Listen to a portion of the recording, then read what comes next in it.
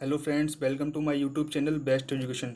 दोस्तों, सामान्य अध्ययन यानी कि जी के जीएस से रिलेटेड हमारी टॉपिक वाइज सीरीज़ चल रही है और आज का हमारा टॉपिक सौरमंडल सोलर सिस्टम है, जिसमें हमने मोस्ट इम्पोर्टेंट 25 क्वेश्चन सिलेक्ट किए हैं और काफ़ी अच्छे लेवल के क्वेश्चन हैं।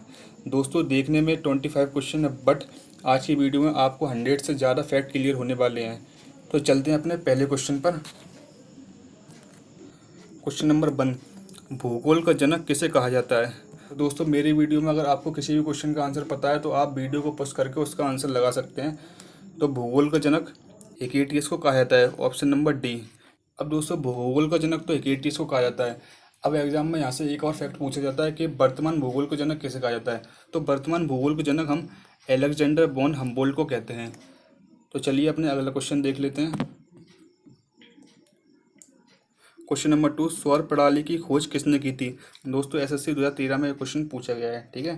तो ऑप्शन नंबर सी, कोपरनिकस ने इसकी खोज की थी। अब यहाँ से बहुत सारे फैक्ट बनते हैं। सबसे पहले तो ये पता होना चाहिए कि कोपरनिकस का पूरा नाम क्या है। तो कोपरनिकस का पूरा नाम निकोलस कोपरनिकस है तथा ये पोलैंड के खगोल शास्त्री हैं, ठीक है। अब इनके बारे में एक और फैक्ट जान लेते हैं। इन्होंने ही ये बताया था कि सूर्य ब्रह्मांड के केंद्र पर है तथा ग्रह इसकी परिक्रमा करते हैं। अब बात करते हैं ऑप्शन नंबर ए, गैलीलियो की। तो गैलीलियो ने ही सबसे पहले हमारी गैलेक्सी मिल्की वे को देखा था तथा इन्होंने दूरबीन की खोज की थी। अब बात आती है option number B, J L Baird. तो जेएल बियड ने टीवी का आविष्कार किया था। अब जो लास्ट बच रहा है ऑप्शन नंबर डी, केपलर। तो केपलर ने क्या किया था? केपलर ने ग्रहों की गति के नियम दिए थे। तो इतने फैक्ट आपको इस वीडियो से याद रखने हैं। चलिए देख लेते हैं अपना अगला क्वेश्चन। क्वेश्चन नंबर 3, सूर्य से बढ़ती दूरी के अनुसार ग्रहों का निम्न में से कौन सा क्रम सही है? तो आपको इसमें सूर्य से दूरी के अनुसार ग्रहों को सेट करना है। तो option A is the right answer. सबसे सूर्य के पास बुध ग्रह है, उसके बाद शुक्र है, उसके बाद पृथ्वी है, उसके बाद मंगल है, ठीक है। और इसके बाद क्या होता है? और मंगल के बाद क्या आता है? मंगल के बाद बृहस्पति, बृहस्पति के बाद शनि, शनि के बाद अरुण और बड़ोर। तो दोस्तों, यहाँ से एक और फैक्ट पूछा जाता है कि पार्थिव ग्रह किसे कहते हैं? तो दोस्तों, जो ऑप्शन नंबर ए में ये 4 ग्रह हैं, इन्हीं को हम पार्थिव ग्रह बोलते हैं या फिर आंतरिक ग्रह भी बोलते हैं। और बाह्य ग्रह हम लोग बोलते हैं बृहस्पति, शनि और अरुण और बड़ोर को, ठीक है। समझ में आया? चलते हैं अपने अगले क्वेश्चन पर। निम्नलिखित में से कौन से 2 ग्रह सूर्य के चारों ओर पूरब से पश्चिम यानी कि क्लॉकवाइज चक्कर लगाते हैं? तो ऐसे कौन से 2 ग्रह हैं जो कि क्लॉकवाइज चक्कर लगाते हैं? शुक्र और अरुण सूर्य के चारों ओर क्लॉकवाइज चक्कर लगाते हैं और बाकी के ऑप्शन में जितने भी ग्रह हैं ये एंटी क्लॉकवाइज चक्कर लगाते हैं पश्चिम से पूरब की ओर। तो चलिए देख लेते हैं अपना अगला क्वेश्चन। क्वेश्चन नंबर 5, सूर्य के संगठन में सहायक गैस हैं। तो दोस्तों, आज की वीडियो का सबसे सिंपल क्वेश्चन यही है। तो सूर्य किन गैसों का मिश्रण है? तो सूर्य जो है हाइड्रोजन और हीलियम गैस का मिश्रण है। अब एग्जाम में हाइड्रोजन और हीलियम की परसेंटेज पूछी जाती है। तो इसमें हाइड्रोजन का परसेंटेज है 71% और हीलियम का परसेंटेज है 26.5% और बाकी के 2.5% अन्य तत्व हैं। तो दोस्तों, आपको क्वेश्चन जरूर सिंपल लग रहे होंगे, लेकिन इससे जुड़े जो फैक्ट हैं ये काफ़ी इंपॉर्टेंट फैक्ट हैं। आई होप आपको समझ में आ रहा होगा। क्वेश्चन नंबर 6 क्या है? जब पृथ्वी सूर्य के अतिरिक्त पास होती है तो उसे क्या कहते हैं? मतलब जब पृथ्वी सूर्य के सबसे पास होती है तो उसे हम लोग क्या बोलते हैं? तो इस क्वेश्चन का आंसर तो ऑप्शन नंबर ए हो जाएगा, ऑफशोर।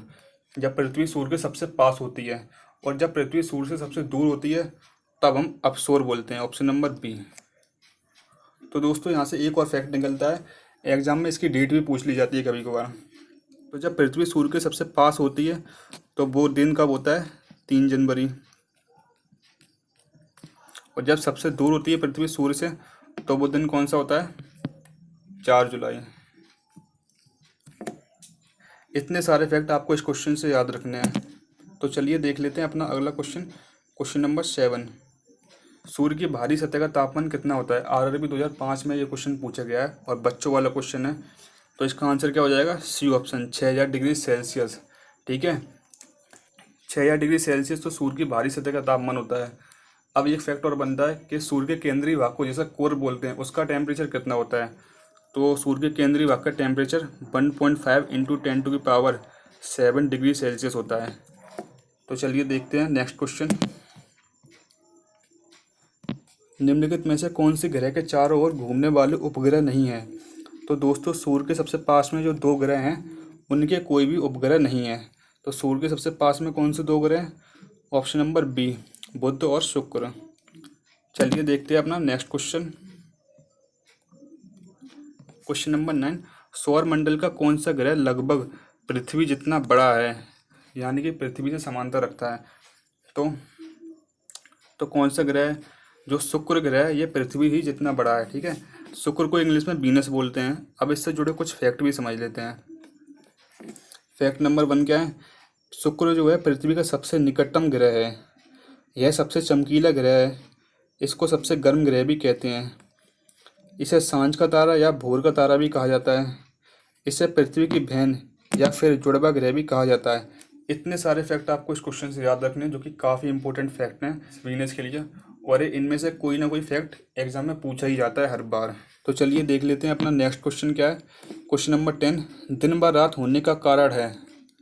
तो दिन व रात होने का क्या कारण है? इसका मेन रीजन है पृथ्वी का अपने अक्ष पर घूर्णन। Option number A is the right answer. तो चलिए देख लेते हैं अपना अगला क्वेश्चन। क्वेश्चन नंबर 11 है, सूर्य से पृथ्वी की दूरी कितनी है? तो दोस्तों आपको अर्थ से सन के बीच की दूरी बतानी है। तो 150 मिलियन किलोमीटर लगभग इसकी दूरी है। D option is the right answer. अब बात करते हैं पृथ्वी से चंद्रमा की कितनी दूरी है। तो पृथ्वी से चंद्रमा के बीच की दूरी है 3,84,400 किलोमीटर। तो चलिए देखते हैं अपना अगला क्वेश्चन। अपने अक्ष पर पृथ्वी एक चक्कर कितने समय में पूरा करती है? तो आपको ये बताना है कि पृथ्वी अपने अक्ष पर एक चक्कर कितने समय में पूरा कर लेती है। तो पृथ्वी जो है 23 घंटे 56 मिनट और 4 सेकंड में अपना एक चक्कर पूरा कर लेती है। Option number B. तो चलिए देख लेते हैं अपना अगला क्वेश्चन। किसने सबसे पहले पृथ्वी की परिधि को मापा? तो दोस्तों शायद आपको इस क्वेश्चन का आंसर नहीं पता हो, मैं बता देता हूँ। ऑप्शन नंबर सी, इरेथोस्थनीज ने सबसे पहले पृथ्वी की परिधि को मापा था। समझ में आया? अगर दोस्तों आपको समझ में आ गया हो तो प्लीज़ वीडियो को लाइक कर दें। तो चलिए देखते हैं अपना नेक्स्ट क्वेश्चन। नंबर 14 क्या है? पृथ्वी का ध्रुवीय व्यास उसके विषुवतीय व्यास से कितना कम है? तो जो पृथ्वी का ध्रुवीय व्यास है उसके विषुवतीय व्यास से 43 किलोमीटर कम है। अब यहाँ पर एक फैक्ट जान लेते हैं दोस्तों। होता क्या है, पृथ्वी का विषुवतीय व्यास जो है ये 12,756 किलोमीटर है और इसका ध्रुवीय व्यास है 12,713 किलोमीटर। तो इन दोनों का जो अंतर है वही 43 किलोमीटर का है और क्वेश्चन में यही पूछा गया है। तो चलिए देख लेते हैं अपना अगला क्वेश्चन। क्वेश्चन नंबर 15 क्या है? पृथ्वी के अतिरिक्त किस ग्रह पर मानव उपस्थिति की संभावना है? तो ऐसा कौन सा ग्रह है जहाँ पर मानव उपस्थिति की संभावना है? तो ये ग्रह है मंगल, क्योंकि मंगल का पर्यावरण जीवन के लिए बहुत अनुकूल है। अब एक क्वेश्चन एग्जाम में बनता है कि लाल रंग का दिखाई देने वाला ग्रह कौन सा है? तो मंगल ही ऐसा ग्रह है जो कि लाल रंग का दिखाई देता है। इसके दो उपग्रह हैं। कौन कौन से इसके दो उपग्रह हैं? एक तो है फोबोस और दूसरा है डीमोस। चलिए देख लेते हैं अपना अगला क्वेश्चन। क्वेश्चन नंबर 16, सौर मंडल का सबसे बड़ा ग्रह कौन सा है? तो सबसे बड़ा ग्रह पूछा जा रहा है, तो कौन सा ग्रह है? बृहस्पति ग्रह जो है सौर मंडल का सबसे बड़ा ग्रह है। अब ये क्वेश्चन और बनता है कि सौर मंडल का सबसे छोटा ग्रह कौन सा है? तो आपको पता है बुध जो है सबसे छोटा ग्रह है। चलिए देख लेते हैं अपना अगला क्वेश्चन। सौर मंडल का सबसे बड़ा उपग्रह कौन सा है? पिछले वाले क्वेश्चन में सबसे बड़ा ग्रह पूछा गया है और अब यहाँ पर उपग्रह पूछा जा रहा है। तो सबसे बड़ा उपग्रह कौन सा है? तो गैनीमीड उपग्रह जो है ये सौर मंडल में सबसे बड़ा उपग्रह है। अब यहाँ से क्वेश्चन बनता है कि गैनीमीड किस ग्रह का उपग्रह है? तो जो गैनीमीड है ये बृहस्पति ग्रह का उपग्रह है। ठीक है, अब सौर मंडल का सबसे बड़ा उपग्रह तो गैनीमीड है, तो सबसे छोटा उपग्रह कौन सा है? तो सबसे छोटा उपग्रह जो है डीमोस है। डीमोस मंगल ग्रह का उपग्रह है। नेक्स्ट क्वेश्चन, क्वेश्चन नंबर 18, किस ग्रह के चारों ओर बलें पाए जाते हैं? मतलब रिंग्स टाइप की होती है ना, तो किस ग्रह के चारों ओर पाई जाती हैं? तो जो बलें हैं ये शनि ग्रह के चारों ओर पाए जाते हैं। Option number D is the right answer. इससे रिलेटेड आपको एक फैक्ट और याद करना है कि ये जो बलें होते हैं इनकी संख्या कितनी है? तो बलों की संख्या कितनी है? 7 है। और एक ऐसा ग्रह है जिसको जल में रखने पर ये तैरने लगता है। अगर इसके साइज जितना समुद्र हो तो ये उसमें डूबेगा नहीं बल्कि उसमें तैरने लगेगा, क्योंकि इसका घनत्व जो है सभी ग्रहों और जल से भी कम होता है। तो चलिए देखते हैं अपना अगला क्वेश्चन। क्वेश्चन नंबर 19, किस गैस की उपस्थिति के कारण बरोड़ ग्रह हरे रंग का दिखाई देता है? तो ऐसी कौन सी गैस है जो बरोड़ ग्रह में उपस्थित रहती है जिससे कि वो हरे रंग का दिखाई देता है? तो जो मीथेन गैस है इसकी उपस्थिति के कारण बरोड़ हरे रंग का दिखाई देता है। ठीक है, अब बात आई है बरोड़ की। अब बात आई है बरोड़ ग्रह की। तो बरोड़ ग्रह की खोज किसने की थी? तो इसकी खोज जो है जॉन गाले ने की थी। नाम है जॉन गाले। क्वेश्चन नंबर 20 क्या है? पृथ्वी से चंद्रमा का कितना प्रतिशत भाग हम लोग देख सकते हैं?